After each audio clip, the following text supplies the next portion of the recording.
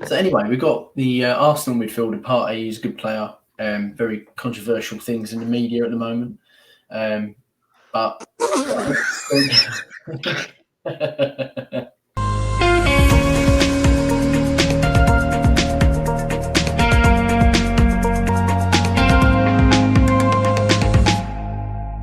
Hey guys, welcome to a brand new show, the FFS Football Podcast. I'm joined with Chris at my top and Matt at the bottom. How you doing, boys? Good, how are you, mate? Okay, so the podcast is all about the Championship and the Premier League and also Europa competitions. We've got all four of us, although Jack's not here at the moment. Jack is a Burnley fan and Matt is a Bristol City fan, so they're going to do a lot of talk about the Championship. John Chris, who's a Man United fan, myself as a West Ham. We're going to talk about the Premier League stuff and generally probably vent quite a fair bit about anything that's going on at our clubs that we're not happy about. I can assume that Chris has got quite a fair bit to say after this weekend. So we'll also cover the England games. We'll also cover the Fantasy Premier League. And today we are going choices on those as well. So the Football League started before the Premier League. Burnley got off to a good start. So unfortunately, Jack's not here to talk about that. So we'll get his views on that when he comes on. But what did you think of the game, boys? Yeah, I think it was a good season opener, especially from a Burnley standpoint. Yeah. I think they showed their credentials and obviously the playing squad that they have at their disposal, and they were far too strong on the line. I think it was I'm trying to remember who they played now, actually. I can't remember who they played, but I know they beat them 1-0 and quite a solid start. And aided by parachute payments. I mean, they still got a really strong squad for this division. So, but I suppose when they bring in Vincent Kompany, a big name like that, as their manager, they want to get off to the best possible start, and they did. Yeah, one thing I noticed is the style of football changed quite a lot just from that first game already. They look quite exciting to watch, actually, rather than the usual Burnley that me and Chris are used to watching every week. Yeah. So, Vincent Kompany's obviously installed some sort of, high-level way of playing into these players to see. So it'd be interesting to know how it sort of, how the rest of the league cope with Burnley's style of play and whether they can keep it up. Yeah, well, obviously Jack would know a lot more than I would, but I think he's tried to sort of bring in a new style of football, which is more sort of, from what I can see, possession-based. And I think that goes hand in hand with the sort of personnel that he allowed to leave the club and the personnel that he brought into the club to sort of fit his philosophy, if you like. And, I mean, like I said, they've had a good start, but they're nowhere near the finished article. Give them another 4 to 8 weeks' time and they'll start hitting their peak. And then there'll be a far more dangerous side to sort of contend with. And obviously, as a Bristol City fan, we don't play that kind of football. You worried about playing them? Well, I'm going to say worried about playing any team, really, because the beautiful thing about the Championship is that any club can beat any club on the day, you know what I mean? So, I mean, obviously, their spending power, the personnel that they have at their disposal, obviously, we're going to both games complete underdogs. That's a given, and that's fine. I mean, where we sort of try and play our football is on the counter-attack through the transitions. So when we could play Burnley at Turf Moor down here at Ashton Gate, we would probably look to sit back five, soak up the pressure and hit on the break, because there's no way we're going to try and pass around them. We just haven't got that sort of quality in our squad, unfortunately. So, but yeah, like I said, Burnley, they get a lot better. Once a player sort of learn more what Vincent Kompany wants about them, what he wants them to do, and they'll go from strength to strength, and they'll be right up there at the end of the season. The thing is, Vincent Kompany's come from the old style kind of City teams where there was all possession based. Yeah. So I think he'll bring that into the team. And like you said, Matt, I don't think if you went toe to toe with them, you'd end up losing it. But if, like you said, if you play on the counter attack, you know what I mean, you've got a better chance of playing against them. Well, that's the problem is though, even like hitting them on the break, they're so good in possession, and they're going to be a lot better in possession. I'm not sure when our first game is against them, but eventually, when that time comes, they're going to be far more developed as a team to do what Vincent Kompany wants them to do. The quality they've got, they're going to pass the ball so well. Like, I'll probably take a point. I mean, if you offer me a point away, now I'd take it. You know, I mean, we haven't got. I mean, 2 games into the season, we haven't got a point yet, so it's not been a great start from us. So, yeah.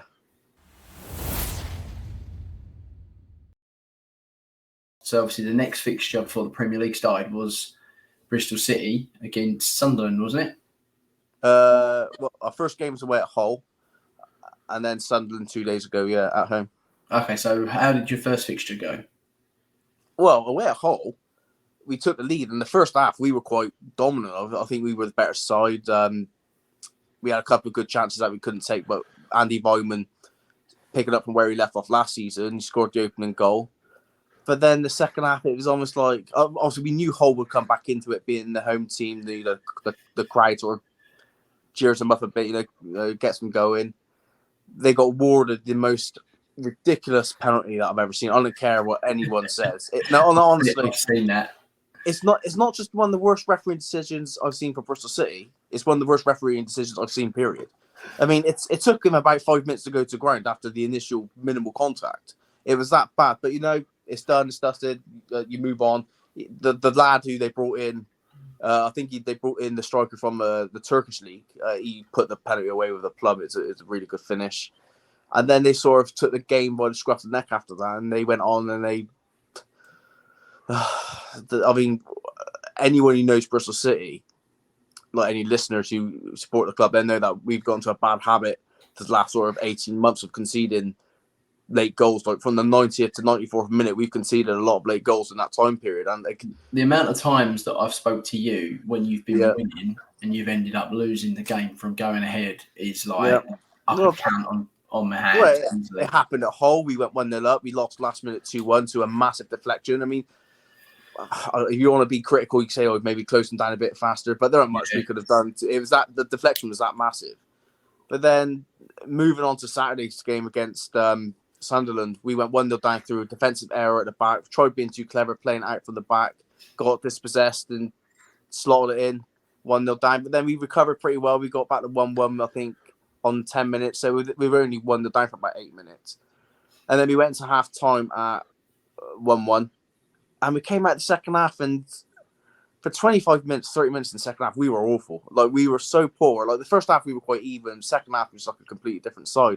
Yeah. But then against the run of the play, we went 2-1 up. It's a scrappy own goal. It really was an ugly goal to see, but they all count. Yeah. And then literally 2 minutes after going 2-1 up, we concede, and the defending was piss poor. It was so bad. And then obviously that gives a kick up the ass to Sunderland. Their fans, they brought a great following. They brought thousands down. I mean, I think they're pretty much sold out the away end. They're quite a big club, big following. Sunderland. They're a massive club. I mean, they spent the last 4 seasons in League One trying to get out of it, and they eventually did last season. And so, I mean, there's even in the Championship, they're still one of the bigger clubs. You know what I mean? Yeah. And to be fair, they've got great, passionate fans. They also bring a good following wherever they go. And obviously Saturday was no different. And they really got behind their team at 2-2. And, I mean, aided by poor defended again for their winner. But they ran out probably, I wouldn't say comfortable winners because we had a couple of chances. One we definitely should have taken. Chris Martin, our number 9, missed an absolute sitter. But, that happens. But, once they went 3-2 ahead, there's no way they were losing that game. They got behind the ball compact. Have you guys made any decent new signings? And also, how is Alex Scott featuring a lot more now? Is he a regular in the side now? So because of the financial restraints at the club, I mean, we're trying to fall back in within financial fair play restraints because, I mean, because of the money lost over the last 12 months, and it ain't just COVID related, it's because of poor management. We could be looking at a points deduction. So we've had to sell a couple of players to sort of try and fall in within those boundaries. So we've utilised the free transfer market pretty well. We brought in a young lad called Mark Sykes from Oxford. He's predominantly a winger, but he can play wing back or midfield. Kane Wilson, which was he got promoted good. from League 2 to League 1 with Forest Green. He was their player of the season. We brought him in on a free, which I think's a brilliant bit of business. You can see he's going to be a good player in 3-4 years' time. Tim Closer, who was a centre half. Most probably people in the Premier League would probably remember him better from Norwich, but he came in on loan last season from January. Did pretty well for us, so we've signed him up for another 12-month contract. So, yeah, I mean, we brought players in, we've let players go, but because a lot of the players we brought in are from lower divisions, it's going to take them probably a season, maybe longer, to sort of really get to grips with Championship football. Because Championship, well, you know from your days with West Ham being in the Championship on those couple of occasions, is a different kettle of fish. I mean, you're playing Saturday, Tuesday most weeks, so it's relentless. So you need a sort of bigger squad, and we've got quite a thin squad anyway. And obviously with the vultures circling around players, like you said, Alex Scott, Antoine Semenyo, which unfortunately he's out injured until early September. We need more players in, but unfortunately because of the restraints financially, we have to sell before we can bring in. So it sort of makes me worried going in. And to touch on what you said about Alex Scott, yeah, he is playing more regularly. He started both games. At Hull, he got criticised a bit. He wasn't at his best, but the first half against Sunderland, he was terrific. He was brilliant. But then the second half, because we were under the cosh quite a bit, he didn't have much of an influence on the game, if you know what I mean. Yeah. So, and obviously you want Alex Scott at the other end of the pitch. You know, he's an attacking midfielder. He likes to create chances, assist, and chip in with a few goals. But when you're stuck behind the ball defending, he's not really effective. So, I mean, the rumour has it that Manchester United are circling around for him. And honestly, that's true. So, I think it would take around about 20 to 25 million to get him out of the club, because obviously he's young, he's English, you know. Yeah, how old is he? He's 18? 19, isn't he? Okay, so he's 18 years old. So, I mean, we down here we call him the Guernsey Grealish, because we signed him from Guernsey. Yeah, he's a good lad. When I've watched him, he seems like he's got something about him. Yeah, mate. He's still learning his trade, isn't he, at that age? He's a kid still. I mean, to be that good at 18, I can only imagine be in 5 years' time. I mean, there's no way we can keep hold of him. I still think he'd go by the end of this transfer window. But I think Nigel Pearson, the manager, has come out and said, and our owner Steve Lansdowne said that it wouldn't be cheap. Like, it will be 20+ million. What makes me feel a bit better about the situation is that we probably won't sell to a Championship club. It will be a Premier League, because why would you want to go strengthen a rival? Yeah. So that's it. You're not going to do it, are you? Exactly, yeah. And to be honest, like I would be gutted to see him go, because he has got such bags of potential. He is so good. But that money, if we can use to sort of strengthen the squad elsewhere, because we really do need another centre half. We certainly need a holding defensive midfielder, because that's where we're winning and losing. That's where we're losing games, our midfield, because it's non-existent. That's it. And if he doesn't go this season, it'll be next season. So why not cash in on him now and spend the money wisely? You know what I mean? Well, we're in a fortunate situation where with Alex Scott, that his contract, because he signed a new deal only last year, I think he still has 4 years left on his current contract. So the ball's in our court, so we can keep him for another year and still get the same money for him next summer. James, I can't hear you, mate. I think you're muted. Sorry, I don't think there's any worry about him at the moment. Not just yet. I don't think he's shown enough to the point of where a Premier League club's going to come in just yet. Maybe in a year or two they might do. Mm-hmm. But in that year or two, you could have a good year this year. You could break into that playoffs. But we'll see when you do your predictions later on, and be interesting to know what everyone thinks about that. So.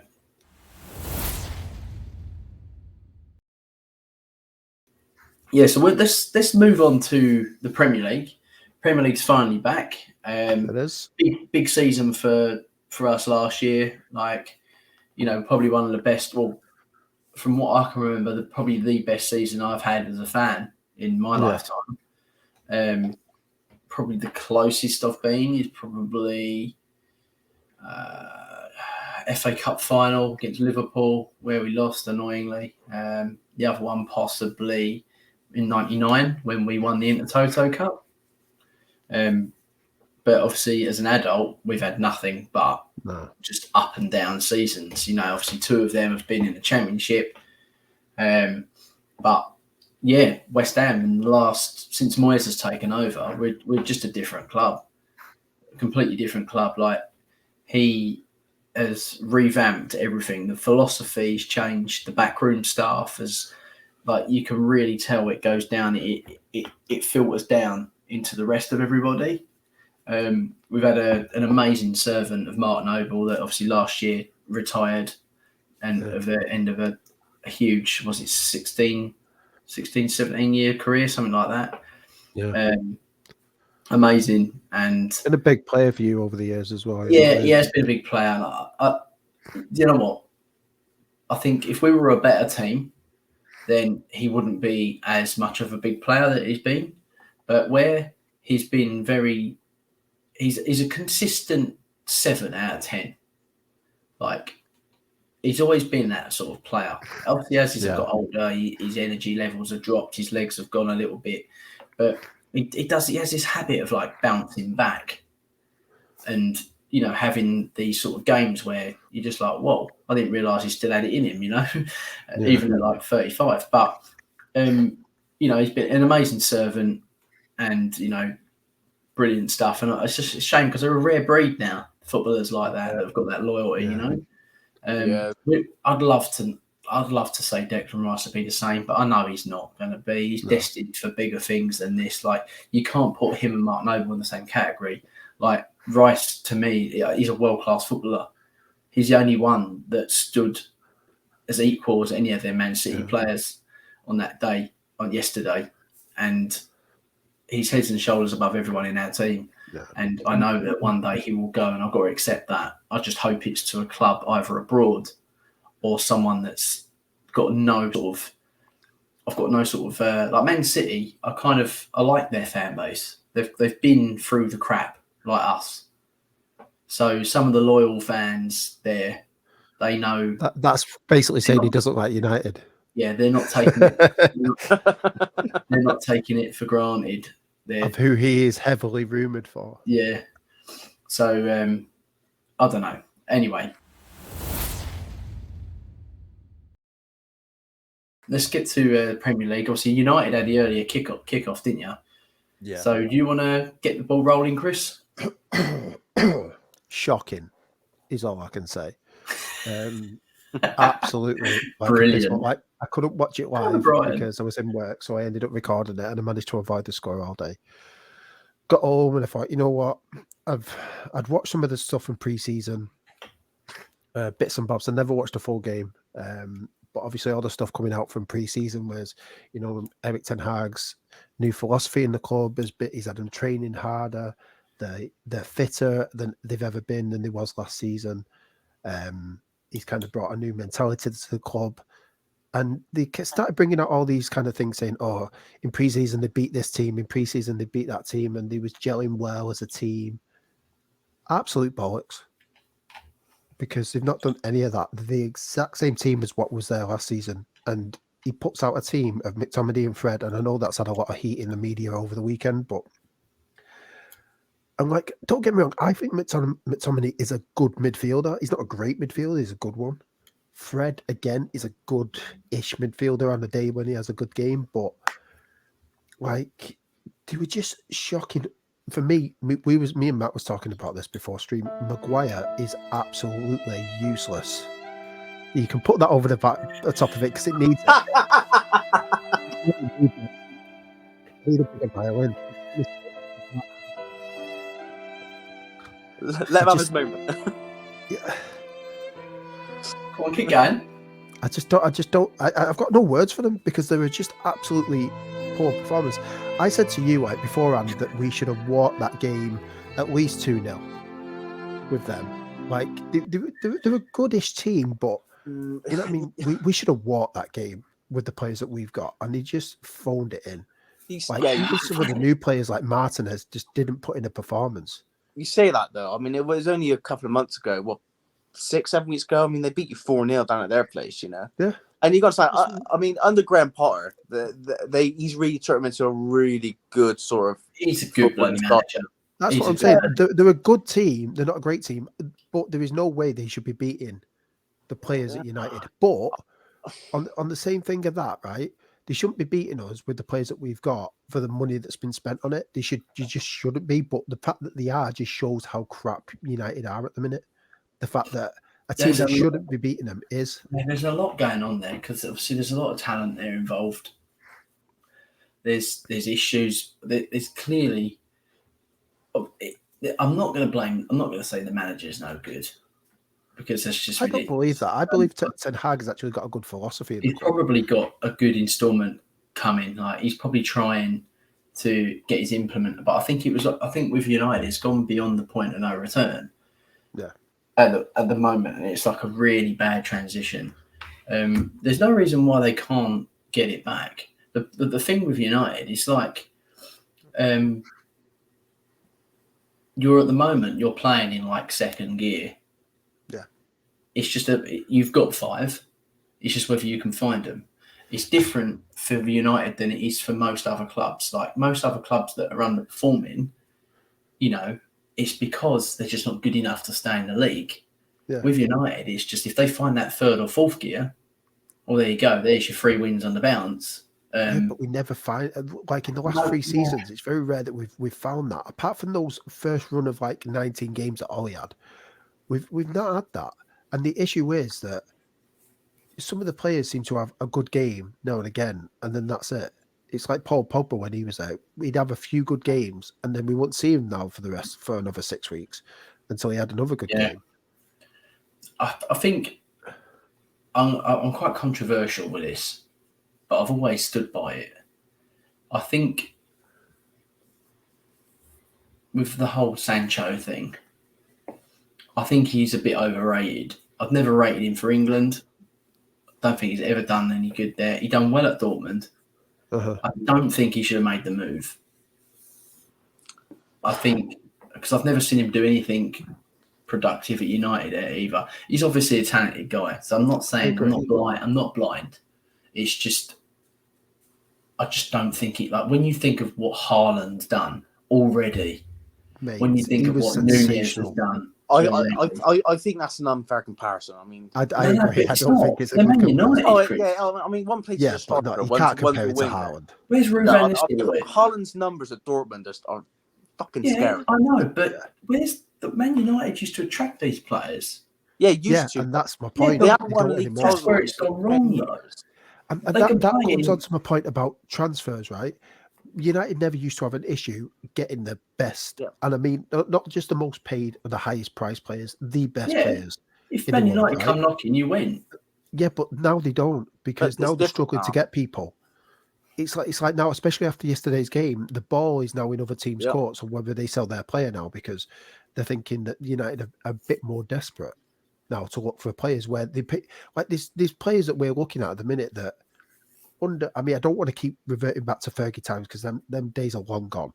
Like I think people need to keep forgetting about like it was back in the day. It's not that anymore.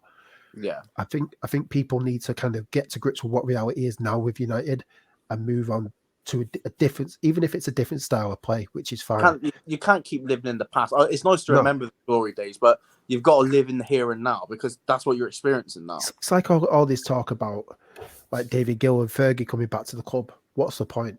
What are they going to do? You need to leave it up to the manager to move his team forward. I think Alex Ferguson he was the manager at the right time.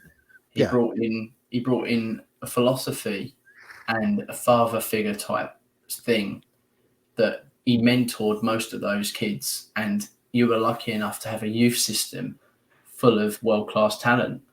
Okay. Mix that with experience from Roy Keane, from Cantona, from all those sort of players. Brian Robson and stuff like that. And you ended up signing. You was in an era where you could sign Rio Ferdinand for 30 million, whereas today it'd cost 100 million. Do you know what I mean? So you was in a situation where you could afford players on a cheaper,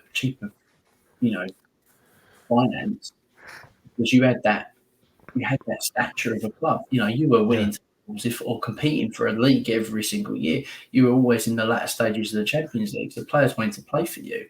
Well, since Ferguson left, and Moyes took over, didn't he?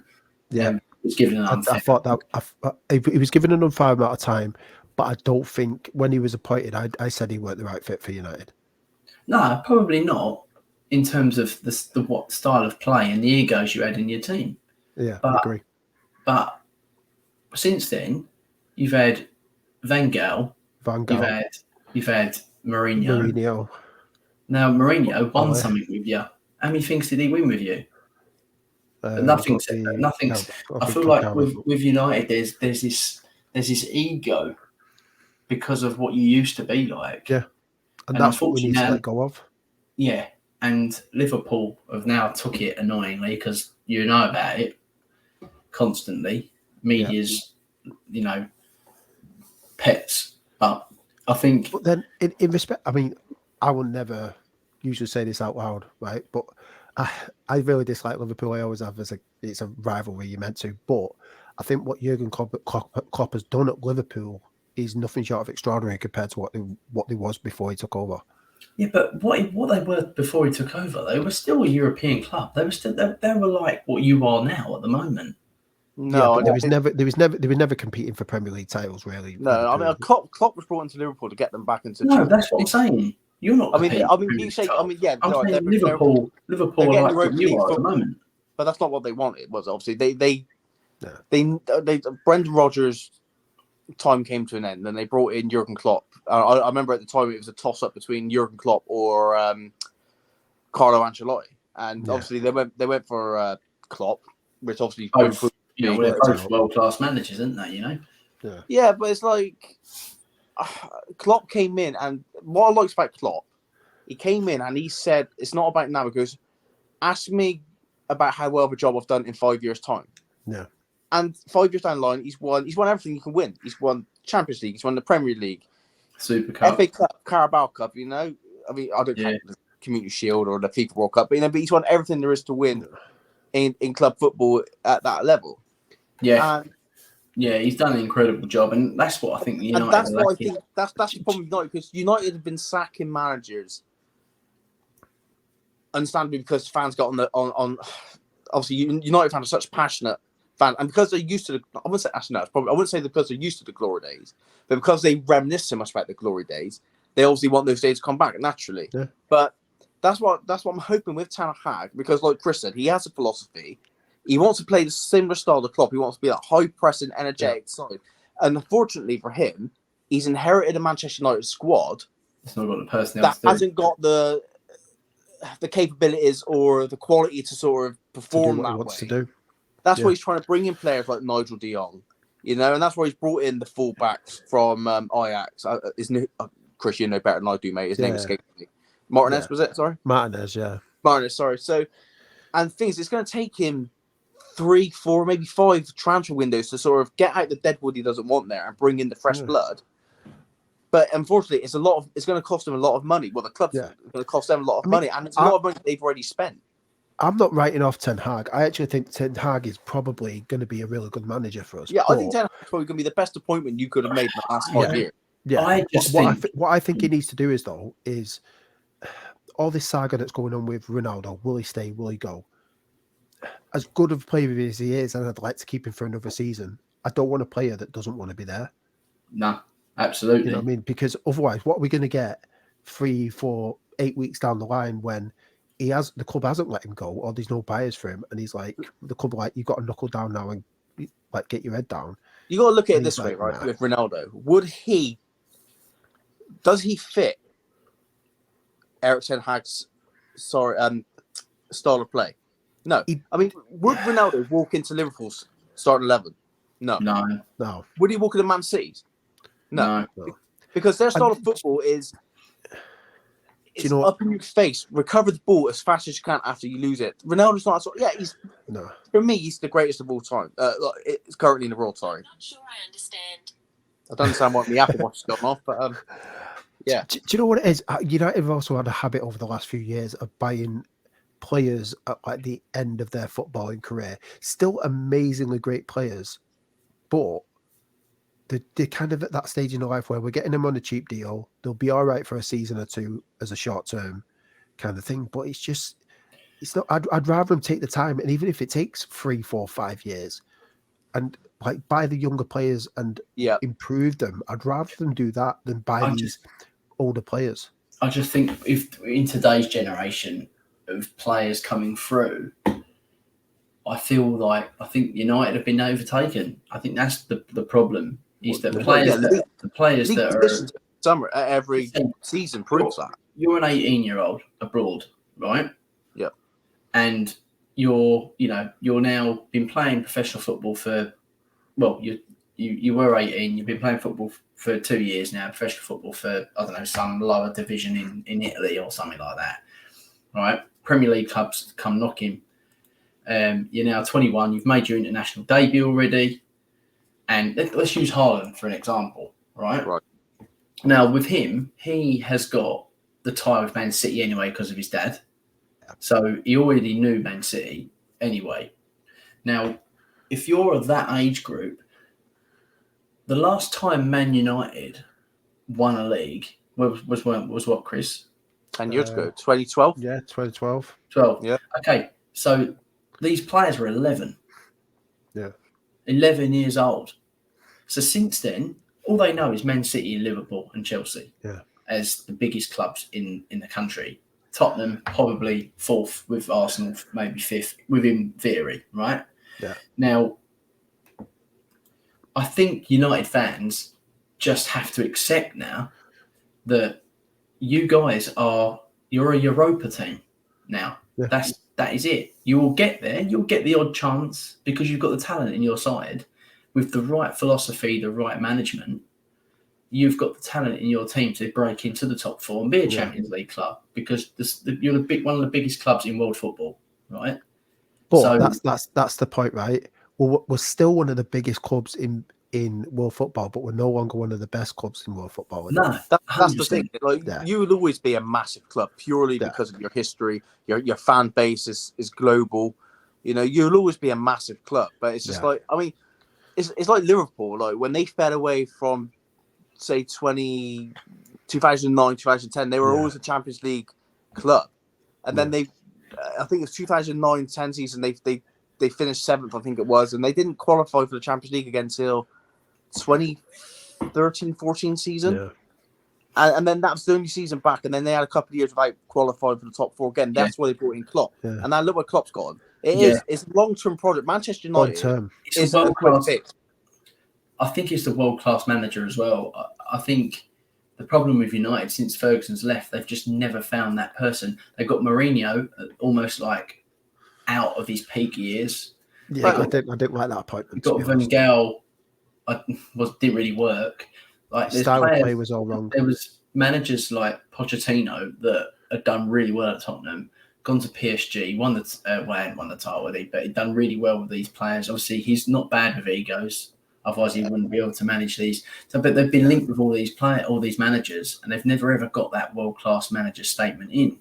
Because these managers know how big of a task it is. Yeah, I know why. I think some managers are scared that their reputation is going to be damaged by going to Manchester United. That's with Man United, though. That is it. That's it now. Yeah. That's just what's going to be. Manchester United needs to get a manager in and ignore the noise that comes from bad results. You have to stick with them because you're never going to progress as a team or as a football club. You have to give them time. You go back to David Moyes, right? I mean, you say he wasn't the right appointment, right? I'll bite that, right? Because it's so long ago now. Like you don't know how it was ever going to turn out if he stayed. But he should have been given far much more time. I mean, look what he's done with us. Because if he was given the money to spend that the likes of the other managers have been given to spend after his appointment, who knows where you would have been? Because I think what sticks in Manchester United fans is cruel is the fact that as a club they have spent so much money on players that just haven't worked out or just haven't really lived up to the expectations that was put on that were expected of them, if you like. So I mean, look at Rashford. Look at what a good player at one point he was, and we just don't know where he's gone. I think he still is a good player, and I think I still think he's a good player. Is just showing it. He needs to. You know what he needs to do? He needs to come West Ham. Is what he needs to do. Work under David Moyes. David Moyes will work his. And do you know what? It just shows you with this whole thing that's going on with Frankie de Jong, the fact that I know he's got the money that's owed to him from Barcelona, and I would say out of the three clubs he's linked with, he's going to want to stay at Barcelona the most. But Barcelona kind of want to afford him because of the money situation. And well, they have I think, to. I think if it's a choice, I think it's a choice between United and Chelsea who can do him. And I think there's always a rumor going around that he'd rather go to Chelsea than United. Well, yeah, but and there's one simple answer why. Because Champions League football, Manchester United hasn't got Champions League football. As. If you want a top young talent to come into your side, and if you're in the top 6 Premier League sides, the thing that's going to sway it more than anything, Champions League. If you're playing Champions League football, I'm sorry, but you don't want to go play Europa League football. And I don't mean that like, and that's no offense either to like, no, I don't mean that in the offense because you don't. That's why eventually you're going to lose Declan Rice to one of the top teams because because even now he realizes that he's not going to get any younger. And these players are ambitious. They want to play in the best leagues against the best opposition. And he's not going to get that playing Thursday nights. No, he's not. No, he's not. No. So, do you know what? Just one point before we move on to West Ham is what I think majorly wrong with this United team at the minute. And I don't want to keep harping on about how bad they are because there is good points within the team. There are certain players that I think are really good. Even older players like that we've had for ages, like Luke Shaw, I think he's still a really, really good defender. But what I think they need to do is, with United teams of old, there was always strikers, midfielders, even defenders that could score goals. So you always knew that there was goals throughout that team. I can't see, other than a few select players, where goals are coming from in that team. That's my biggest issue with United at the minute. Yeah. If you think about the Sunday's game against Brighton, you didn't really create all that much. I mean, the goal you scored was scrappy. Yeah. I mean, it was, I think, a goal, wasn't it? There's a couple of close chances with Rashford. Graham Potter was, he should have finished one of those. He should have finished that. Graham Potter is just a good manager. Like, since Brighton, I don't think we've beaten Brighton once since they've been promoted. And look how long it's taken him to get into this stage as a football club. It's again, it's because they've given him time and the resources. Top 10 team, Brighton, top 10 club now. You know, if you say Brighton someone now, they know who they are. They're known as a Premier League side. I mean, and it's crazy to think of 4 years ago they were a championship. Yeah. But now you think of them as a Premier League side because they're. I mean, all right, early in the season or earlier in the summer, like some people might put them down as relegation fodder if you like. I don't. I personally see them as a 12th, maybe to 15th positions Premier League side. Yeah. And what you see with Brighton. Every season, they're steadily progressed more and more. Baby steps, but they'll continuously get better and better, develop. I also think that Potter's getting better as a manager. He's only a young guy, and he's getting better. Yeah. And I feel like I actually think he could do a job at a bigger club than Brighton. Well, they will because these younger managers, they know what footballers today, like young footballers today, want to play football. They have a style of play that. I mean, I don't mean disrespect like Mourinho. I mean, Mourinho's been there. He's won it all. You know, I mean, one of the greatest managers of all time. But their era is 20 years ago. The football was trained so drastically, not just in this country, but in Europe as well. Yeah. It's a different style now. That's why these younger managers are more on the front foot. They want their team pressing, possession-based. They want to be up in the opposition's faces. You can't have, I mean, David Moyes, he's more of... he's a counter-attacking manager. Yeah, he protect the result first. Sort of manager, isn't he? Like, you know what I mean? And but these days players want to play on the front foot. Yeah. It really impressed me was Fulham against Liverpool. Oh God, Fulham! I think they had such a good game.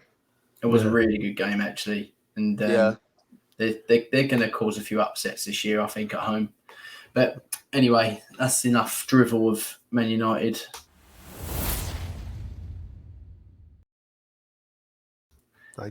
Moving on to West Ham. Obviously, I was saying before how much of a good season we had last year, and it will be hard to replicate that.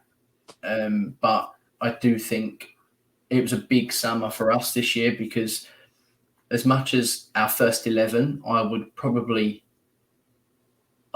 back against most teams in this league, except possibly Chelsea, Liverpool and Man City.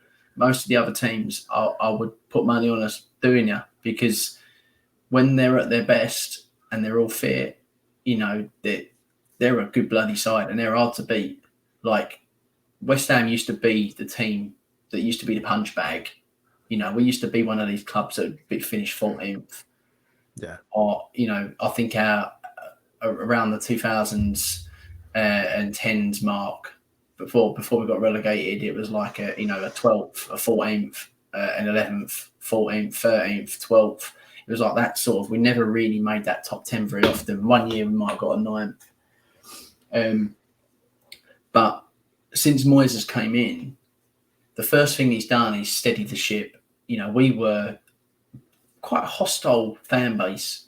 It was getting to a point where the GSB, the Gold Sullivan and Brady situation was getting really bad. Like riots on the pitches, riots outside the grounds.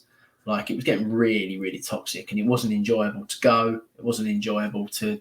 It just wasn't right. They just weren't doing the right things for the club. Yeah. And there was no backing. That they kind of. I want to say Sullivan was the one that was kind of doing the wheeling and dealing, and he would get in players that wasn't right for the system of the manager that we were playing. Like he'd try and make a statement, like Anderson, for example, 45 million he cost us, and he just wasn't the right player that we needed at the time. It was more of like a luxury player that wouldn't put the graft in, and we're not that club at the time. Like we are now a little bit more, but at the time we were fighting relegation, and we needed everyone to pull their socks up, and we didn't have those. We also didn't have Declan Rice hadn't come through yet. Yeah, that's what I mean. Like it was similar to like I don't want to go back to United, but I'll make this example. Like West Ham were a bit like United now, like where United won't go out and buy a player to suit a system. They go out and buy a big name player because it keeps the fans happy. But what I like about West Ham now is that they've matured as a club to think, right, we're not going to go out and buy a player for 45 million because he's got a bit of a name about him. It's because he has suited the style that Moyes wants to play, like counter-attacking. Yeah. He's also got, and that's how you get success. You've got to buy players to fit into your philosophy, to fit into your style of play. You can't just buy a player because he's a big name and just stick him there and think, all right, do what you do, because it never works that way. No, it's quite. The thing is, we're quite a unique sort of club in that sort of way, because we've never really had any success. So for us, this is almost like when is. Like my dreams, they fade and die. Like when are we going to go back to how we were? Because it's almost like I don't want this to change. I'm happy to be. I don't ever expect us to win anything apart from maybe a cup competition, like an FA or a League Cup, But this is the closest in my lifetime where we've got a team that's good enough to do it, and I still don't know how we lost to Frankfurt. We just were not ready for that game. And the squad was just so thin. Like Moyes the thing is with Moyes, when he came into West Ham, we were fighting relegation, right? We managed to save ourselves from relegation, and he started to install this work ethic that made us harder to beat. We didn't always win the result, but he stopped us from losing. Yeah. And Man City, Man United, Arsenal, teams used to turn up at the London Stadium and put 4 past us. And it was like a training exercise. And it was just embarrassing to go. I remember those days. We don't always expect to beat these teams. But we expect to make it hard for them to beat us at home. Yeah. It's not like you never had a plan B, was it, really? It's like your plan was to sit behind the ball, soak up pressure. But once you concede one, you've got to then come out. And then the game opens. Quality to do that. Yeah. Teams just pick you and pull you apart. Exactly. And we didn't have a system in place that was right. We didn't have the right personnel. We had Antonio playing right back. We had Zaza up front at one point that didn't score a single goal. We had a Yeti that ended up moving to Celtic and still isn't playing even in the Scottish League. So we just had poor players in these positions. And then, Moyes come in and he made the Souček signing and Kufal, and he made the Jared Bowen signing. He moved Antonio into a striker role. He signed Kurt Zouma. He signed Diop was already there, I think, but he brought in this defensive, not defensive because we're not a defensive side, but he made our defence solid in United. He brought in Craig Dawson, 2 million. What a bargain he's been for us. Was actually. I didn't even. Really good player for 2 like, million. Why is he signing Dawson? You're having a laugh. There's not a single, but you will not find a West Ham fan that was happy. Well, that was a good idea. Yeah, mate, what a signing he's been. Unbelievable signing, and he's so old school as well as a defender. He's like a rare breed now that you That's get. probably why he was brought in, because he would get stuck in hard tackles. Don't care. Puts his head on everything. He's like he had John Terry used to just put his body on the line. He was like that. He's like that. He offers something different, and what a signing he's been. And Moyes has just put this work ethic in. That's one thing with West Ham as a fan base, right? We don't expect to win. There's no expectations of a win, but there is an expectation. If you're going to take our money, being a working class club, if you're going to take our money and you're going to expect us to turn up for 50 quid every week in the Premier League, we expect you to run around for 90 minutes. And if you don't put that effort in, then you're not good enough to play for this club, right? That's why we're so that's why we love Mark Noble so much. We know he wasn't anywhere near a world-class player. But that bloke puts 110% in every single week, and he would. With Mr. West Ham, wouldn't he? He would bleed for our club, like literally bleed for it. Yeah. And if you had 11 players like him, mate, different story. And we're finally getting to that point where, we're starting to outgrow players as well. Masuaku, go back 6 years or 5 years when he signed. He looked like a mustard signing for us. It was like, who's this guy? African, or is he Ivory Coast? I can't remember where he's from. Ivory Coast, did he? Ivory Coast, yeah. This sort of like skillful dude on the left back, left wing back, he can play multiple positions. I was like, oh, this guy's mustard. Like, he's brilliant. He added a bit of flair to our team that we never had before that. And then we've now outgrown him. He's now like we've offloaded him to Besiktas or something like that now on loan. But he's now been outgrown because he's way down the pecking order now. Yeah. Because we've got Rice that's come through, and he's now, I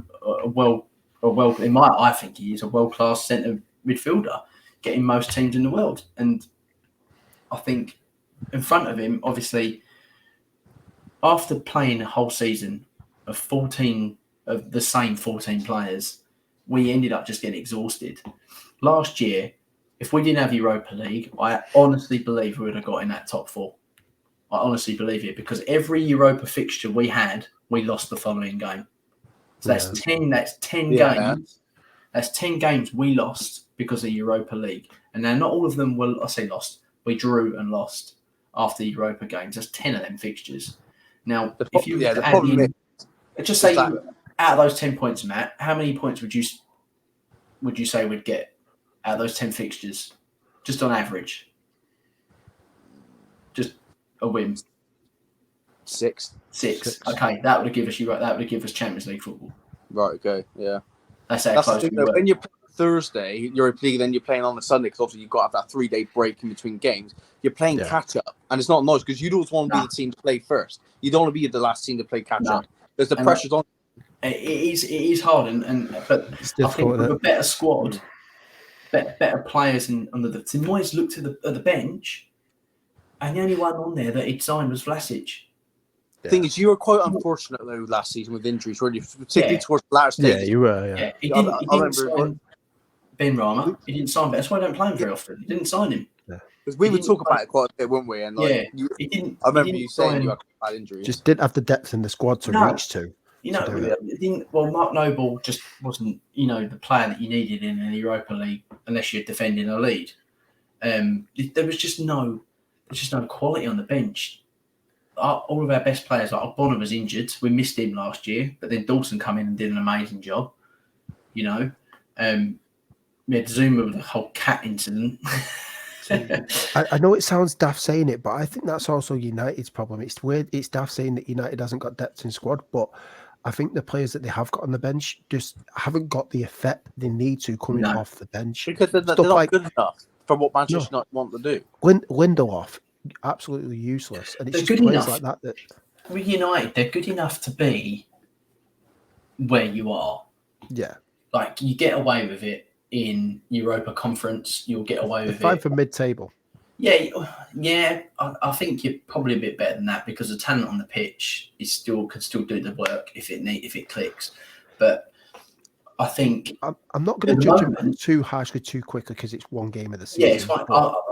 I've not even spoke about Man City. Do you know what I mean? This is football. I've not even spoke about my result yet. Man City were just a complete different class. We would chase the shadows. I don't think for a second West Ham looked fit. We weren't the same team that we played them that drew 2-2 last year at the end of the year. We don't look fit. We don't look ready at the moment. I still think there's some signings that need to come in. Scamacca, he looked brilliant when he came on. It was a real threat, like breath of fresh air, seeing someone that would get hold of the ball, lay it off. First instinct was to get in the box. Yeah. We don't, believe it or not, and as well as Antonio did last year on goals, he didn't do that. You'd find him out on the left wing, you'd find him out on the right wing, and other players would have to come in and compensate that.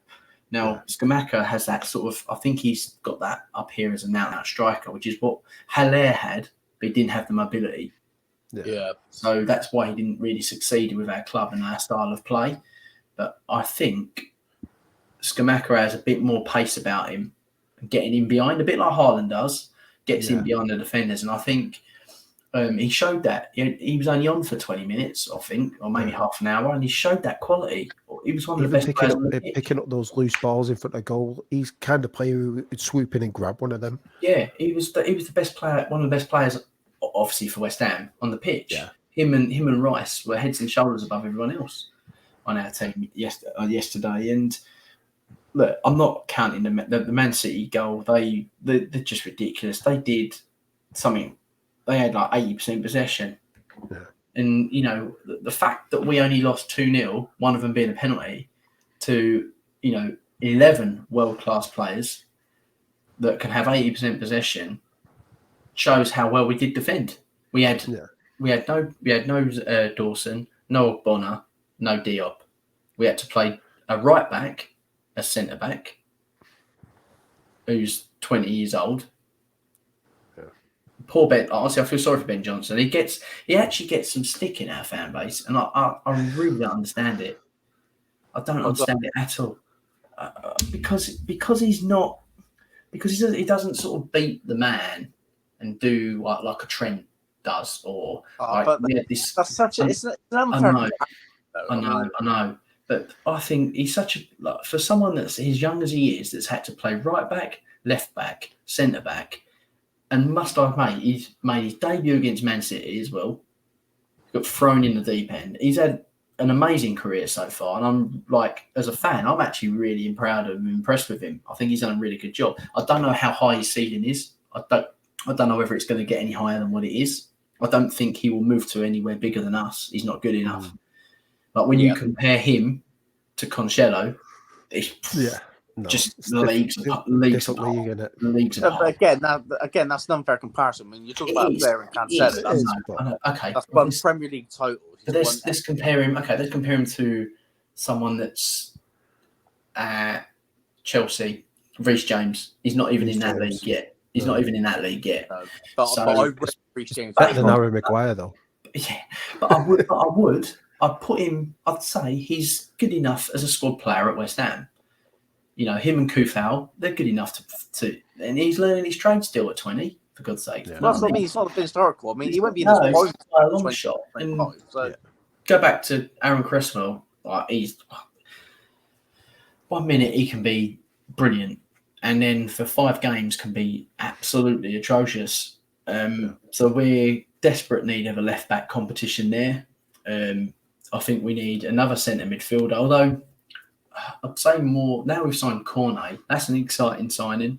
That's pretty good signings for you. Cornet, Scamacca, and Bowen as a front three can be quite good with Antonio as well, because I think Antonio is a brilliant plan B, because no defender's going to want to face him because he doesn't know what he wants to do half the time.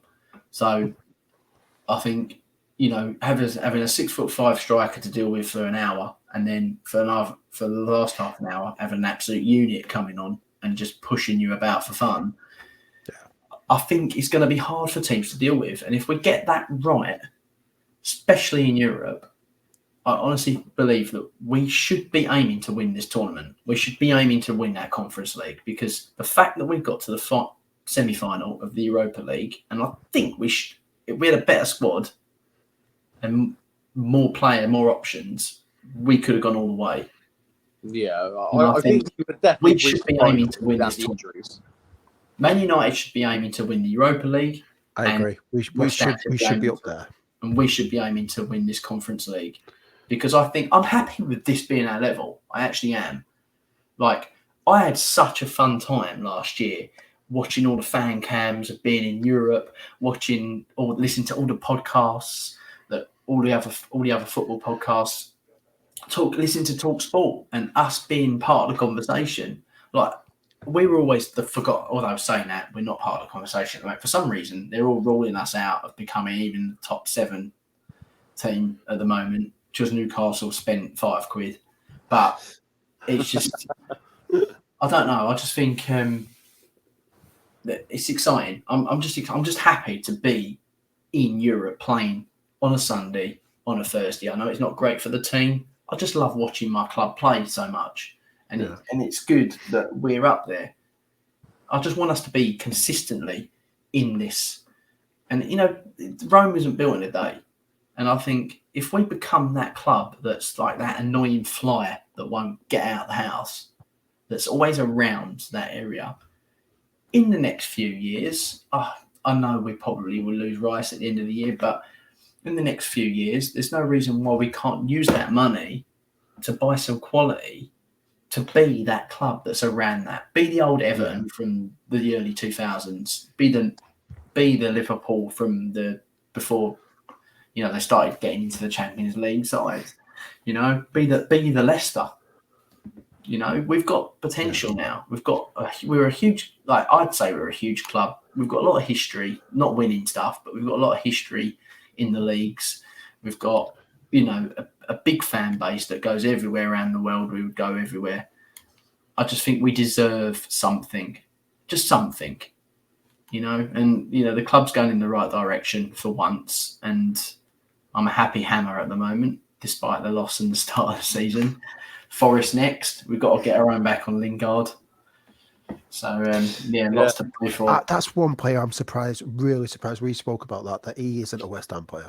He's a mug, mate. He should have come to us, because he's smart. He's clever, because what he's done, he's gone there on a 12-month contract, earning $200,000 a week. So he knows if they get relegated, he's picking up $200,000 a week, but he can leave for free at the end of the season. So when he signs for another club, he gets a sell-on fee as well. So, we all know he's done that for money, but it's clever, really, what he's done. So, no, the mug. The mugs are not in Forest for paying that amount of money a month for him. So, we'll see in a year's time if they've kept him up or not. But, I think they'll be bottom of the table. Yeah. They got promoted last season, and a lot of players left, and I think they brought in something like 12 new players, and they're still looking to sign more players. That's a lot of player turnover to sort of try and get into a new we did that once. Yeah. We did that once. No. We signed, I don't think it works. So we signed 11 players, I think, and we ended up nearly getting relegated. So it doesn't always work. It's a lot of players from different leagues, different backgrounds, they got different personalities, and you're trying to get them all into one group to sort of mix and basically hit it off straight away, and it doesn't work. I mean, to get them to gel, it's going to take them a lot of time. And in the Premier League, you ain't got a lot of time. You know what I mean? Like, every game from Nottingham Forest is almost going to be like a cup final, because they're so happy to be there after 24 years, I think it is. So I think they're right up against it, Nottingham Forest. I think they'll be right down there, unfortunately, for them coming into this season. Yeah. It'll be interesting, definitely, for sure. Okay, we're going to go to a quick break, and when we come back, we will talk about our top 6 clubs, where we think they're all going to finish, and our bottom 3 that are going to be relegated.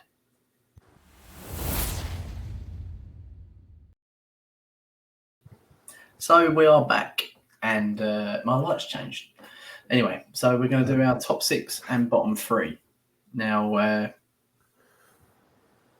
Matt, I'm going to start with you because obviously the Championship's your jam. It is. Did you want to give us your top 6 and bottom 3, and then we'll go to Chris for the Championship? Okay. It's quite difficult to sort of really predict only 2 games in, but from what I would put it as, Watford would be top. Norwich should probably sneak in second. I would say Sheffield United would be in the top 6. So I wouldn't say 3rd to 6th, like in any particular order, because you can't really predict it that accurately. So from 3rd to 6th, I would have Sheffield United, Burnley,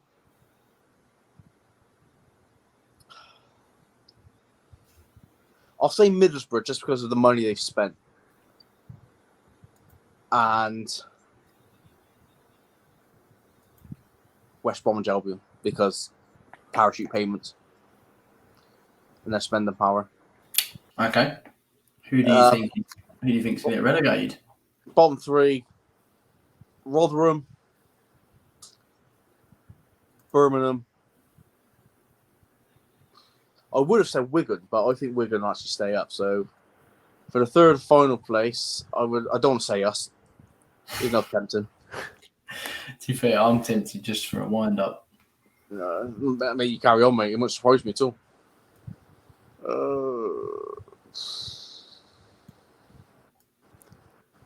I don't know. I'll say Preston. Preston North End, eh? Okay. Matt, Chris. Do you know what? I actually wrote some of this down before we started. It works out that my list is 99.9% identical to Matt's. Like these, really? No, yeah, literally same teams going up and down. The only one I put Wigan as going down instead of staying up. But other than that, my list was like identical to what Matt's was for the. I mean, I will say I don't follow the Championship as much as the Prem, so I don't know as much as Matt does about like form and stuff like that. But yeah, from what I've seen, that was my kind of list. So yeah, I ain't got much to say on that. It was basically almost identical to Matt's. Okay. I think that Burnley are going to win the title. Do you? No, I think Vincent Kompany is going to change the way that Burnley play football, and they're going to get promotion, and they're going to come into the Premier League and be a different outfit. So I'm going to go for Burnley winning the title. I reckon the automatic promotion spot will go to Blackburn, and then I think that the 3rd, 4th, 5th, and 6th will be Watford, Sheffield United. Where are we?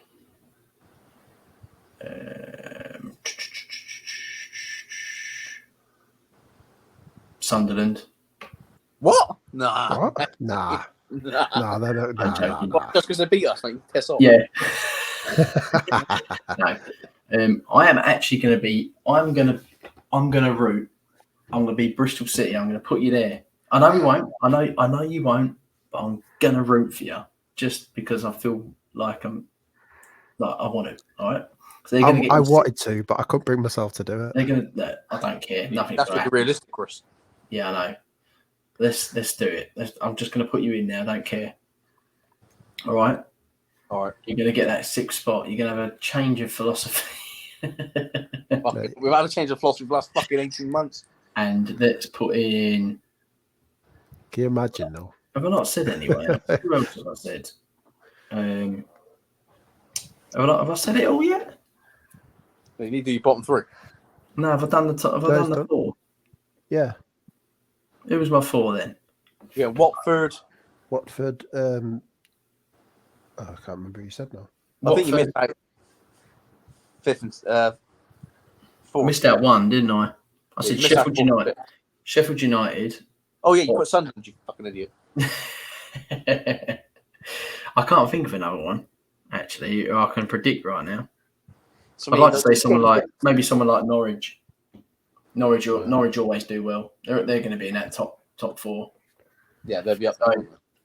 So I'm going to go for Burnley to win the title and Blackburn to get second place promotion, followed by the other 4. Then my relegated sides are going to be. I'm going to go for Wigan. I'm going to go for also. Actually, do you know what? I'm going to swap West Brom with Bristol City. Sorry, Matt. Sorry, Matt. Don't be sorry. Yeah, I'm going to. I don't want to, but I think I will. I reckon. Do you know what though? I will be a little bit gutted if they end up finishing 7th. I'll be devo for you. I'm going to go for Swansea going down again. Yeah. I didn't see it. Not a bad show. Could happen. And I'm going to go for Rotherham. So, Wigan, Swansea and Rotherham to be demoted. But I know F all about the Championship. So, this is purely guesswork. The mine was more poking in the dark and just looking at a bit of recent play and stuff. Like I know the teams that I've seen. Like I've watched some of Sunderland. I've watched just the way they play football, and I was thinking, they've got a bit about them. So even Burnley, I was really impressed with. Like they played better football the other night than I'd seen the whole of last year. So put them in the Premier League, I think they'd be all right. So that's why I think they're going to do well this year. Anyway, let's move on to the Premier League predictions. Who should we go with first? Who feels... All right, I'll go first. Okay. All right. Man City are going to win it. Yeah. Because I think Haaland's scoring over 25 goals this year. Liverpool second. Tottenham third. Chelsea fourth.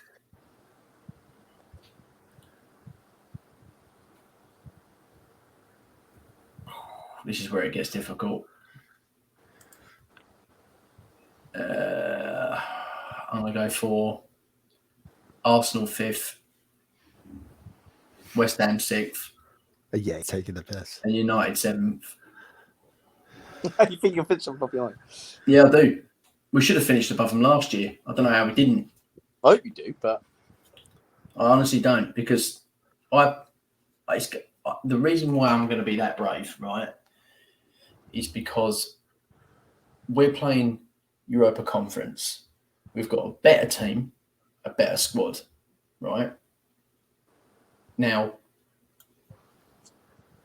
United are playing in the Europa League with a squad that they don't know who their best 11 is. They don't know who their best subs are. He's still trying to find a philosophy that works. I think Ronaldo's not going to fire in 20 goals like he did last year because he's not in the right frame of mind. You've got no out-and-out striker. I think you take Ronaldo out of that side and them goals, United would have finished mid-table or below last year. Oh, yeah. Easily. And I think I might be talking absolute rubbish, which is what I am normally, but I think I just feel confident in that way. I don't look at United and I think they deserve to be in that position ahead of us. And teams like honestly, I feel like Arsenal are even going to push. I'd even put them in sixth because I think they think they're better than they are. They've got a great first 11, but they've got to play Europa League football yet this year. They've got to play Europa League football this year. Yeah. They've got to be better than what we were last year. They have to win that tournament. They have to win that tournament. That's the end of it. And I don't know how they're going to be able to cope with fixtures against, Man City at the following weekend after a Thursday night in, Bratislava. No. You know what I mean? I think because they've had a good start. they've got Gabriel Jesus, who's a brilliant player. They've made some great signings. Martinelli, I think, is a brilliant player. So anyway, we've got the Arsenal midfielder Partey. He's a good player. Very controversial things in the media at the moment. But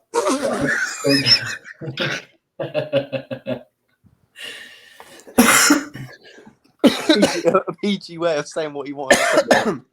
They're a good side. They're a good side.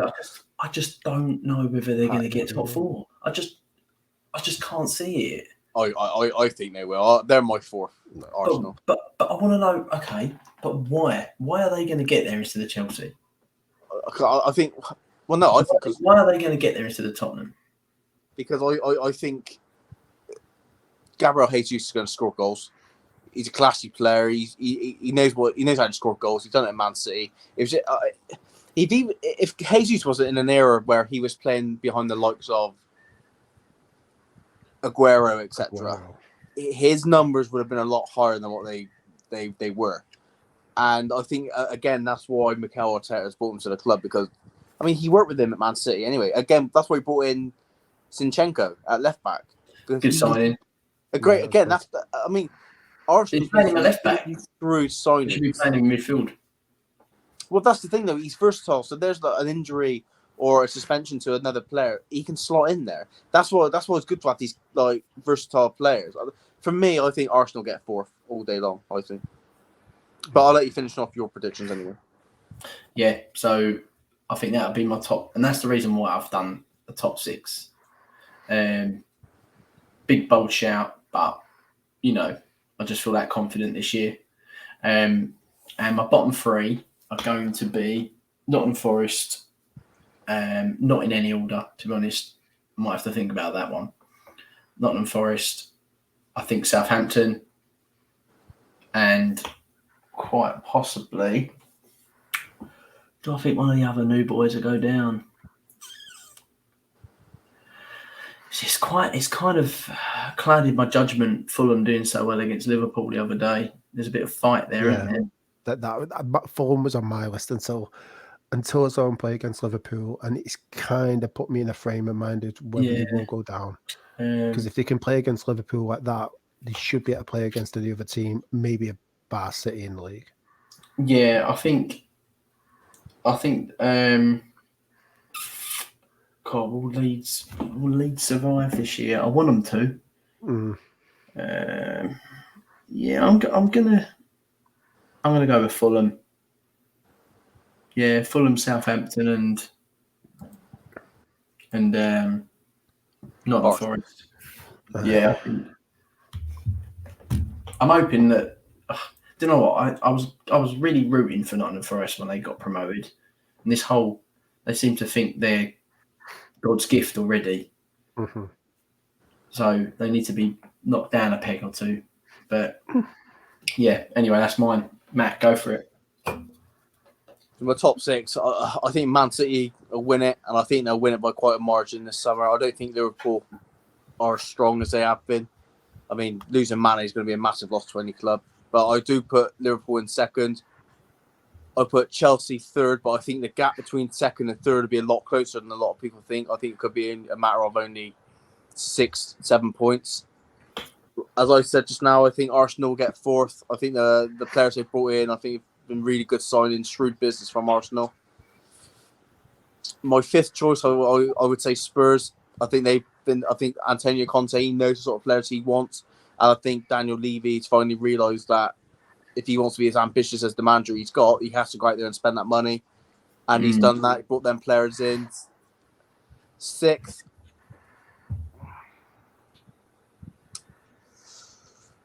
I would say Manchester United. Go on, son. But I think if teams like West Ham can sort of keep injuries relatively low all season, I think they'll have a good shout of being up there. But I think Manchester. The thing is, we've still got a few more weeks left of the transfer window, so we don't know what sort of players are going to come in to the league and what sort of players are going to leave the league. So you'll have sort of a better idea in a few weeks' time. But currently, I would say that'd be my top six, and my bottom three would be Nottingham Forest finishing bottom. I just don't think they'll stay up. I think they've brought in far too many players into a league that is foreign to them, and to get them all to gel quickly is an uphill task. Second from bottom, I would say Brentford. I think Brentford will suffer from that second season syndrome, where I think over the course of 38 games, I think it'll take its toll. I think if they keep hold of Tony, they've got a chance of surviving.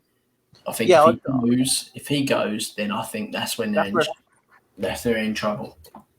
Yeah, I think they'll keep hold of him, but it's whether their squad's going to have the strength and depth to cope with a 38-game season. You know, because injuries are pile up like it does at every club, suspensions and things like that. And third bottom, I think will be Southampton. Really? Yeah, so, I do. Yeah. Chris, you haven't done yours yet, have you? No. Do you think how well do you think Bournemouth will do this year? I like Scotty Parker as a manager. I think Bournemouth will be fine. I don't think they're in the bottom. Well, they obviously have been near the bottom, but I don't think they're getting relegated. Do you know who I think's real big trouble? Everton. No, I don't see it now. Do you know what? Everton are near the bottom of my list. They could be in my relegation list, you know. They're not quite. I think reckon they're just above my relegation. I reckon they'll have another season like they had. I think they'll be fighting for it towards the end, especially. I don't think they'll be anywhere clear. I reckon they could have the potential to do what Newcastle did and just have this burst of just like brilliance. But you know, I just don't see the quality there anymore. Yeah, but they've just signed that Connor Cody, haven't they, on loan from Wolves on a season-long loan, and he's a very. It will sort their defence out a little bit. Well, he's scouts as well, so you'll have the passion there as well. So. Calvin Lewin, he's injury prone. He's always in and out. You know, once he's back, when he's fit, he scores, doesn't he? So I don't know. I think there's a lot of variables that need to happen for that. But I think, but you think to the weekend, I think Everton quite unlucky against Chelsea, mind. I mean, Chelsea only beat them 1-0, and that was a penalty. I thought Everton played pretty well. Yeah, they did all right. They fought their case a little bit, didn't they? Yeah. Right, Chris. Winning the league. Man United. As much as I'd love to joke about it, no. I think City are walking away with this. I think it's theirs to lose. I think with Haaland in there, I just think he's going to be a goal scoring machine this season. I don't think anyone's going to come close to him this season in terms of goals scored and even assists as well. So City are top. As much as I hate to say it, Liverpool second. Third, I'm going to put Chelsea. See, yeah, go on. I do think Chelsea are going to nick third. Fourth, I'm giving to Arsenal. It's tricky this between that and Tottenham, but I do think Arteta and Arsenal have got a better squad than Conte and Son and Kane. No, I don't think it's a better squad, but I still think they're going to finish above them. All right. They might do. That was my trickiest one between them two. Who is going to come above? Think they're good. I think everyone's just getting clouded by Arsenal. I really do. They had nothing to play for last year. Nothing. They were out all the cups. They didn't have Europa League football, Europa Conference League football, or Champions League football. They literally played about 45 games last year. And they only just made it to where they are. And now everyone thinks they're getting top four. They don't have the players they got now, though. No, I agree. No, they didn't. You're right. While I don't think Gabriel Jesus is going to do anything outstanding, I do think he's going to get a lot more goals. Yeah, I'm not arguing your opinion. You're not wrong. We're all wrong. Yeah, pretty much. Yeah, because United's going to win the league anyway. I'm not arguing you against your opinion at all. I'm just playing devil's advocate, really. Yeah, I do think Liverpool, City, Liverpool, Chelsea, Arsenal, Tottenham, United. Hey, if you're right, I'll swear now. I'll hold my hands up and I'll personally apologise to you on here. Yeah. Because let's record that one. I love being proven wrong, and I've got no qualms in apologising. And do you know what? It kills me to put United at the bottom of that list, but at the moment, so based on one game's performance, yeah, and just because that's how they played last season, I can't see that changing too much. But I'm hoping for the best, and I'm hoping that we can turn stuff around. But at the moment, I have to put in that 6th place. Out of interest, where do you think we'll come? If we're obviously not in the top 6, do you think we're good enough to get 7th? Yeah, definitely. I think to be honest, depending on the season that you have, you could still take 6. You know what I mean? I would say you're there or thereabouts, but we need to improve a lot. I don't know at this point whether I can put you at the top there between United and Tottenham. I don't think you're there quite there yet. But I don't. It'd be interesting to know. I mean, look at the season you had last season. I mean, you had a really, really good season last season. That's what I'm saying. The only teams that we lost. Do you know what? It really frustrates me. We lost to Arsenal twice, and we lost to United twice. Yeah. Last year, we won and lost to Spurs. We won and lost to Chelsea. We won and lost to Liverpool, and we drew and lost to Man City last year. And that's the top. And it just frustrates me. I think we played Arsenal and we played Man United at the right times for your clubs. Yeah. Annoyingly. But I don't know. It'd be interesting. So it's going to be an interesting season because based on what I saw the other day, I know you can never judge West Ham playing Man City, but we didn't look like we were ready yet. So it'd be interesting to know. We'll play Nottingham Forest next week. We've got to win that game. We're away, but we've got to win that game. And then I'll have a bit more of an idea of where we're going to stand this year. I know you can never judge because Arsenal were bottom 3 for God knows how long last year, and they just hit this spell and they just kept winning and winning. But I think Skamaka the other day showed what he can do. And I think once that clicks, not many defences are going to be able to deal with us very well. I mean, I think even if United put in the same performance next week against Brentford, I think we've got major issues. Are you away? Yeah, I think we are as well. Yeah, you will be because you're at home every day, weren't you? Yeah, we are. Yeah, we'll be at Brentford. Yeah. Matt, who you got? Well, we've got Coventry away Wednesday night in the Carabao Cup, but that's being played at Burnley Stadium because Coventry's got pitch issues. Apparently, it's not playable. Okay. And then on the weekend, we've actually got Wigan away. So you could. And then we've got Luton at home next Tuesday night. You could get your first win, couldn't you? Really, against Coventry, against them. Well, this is what I said earlier tonight on BBC Radio Bristol when I was talking on there. We were talking about ideally we need to get our first win Saturday. So if we don't, then 3 defeats from the opening 3 games is going to put the pressure right on us. So all fun and roller coasters and roundabouts and that sort of crap. I've not done my bottom 3 ever. No. My bottom 3, I think I go in. Who would have put? I think it's similar to yours. I think Leeds are definitely going to go down. Do you? Yeah, I actually do think Leeds are going to go down.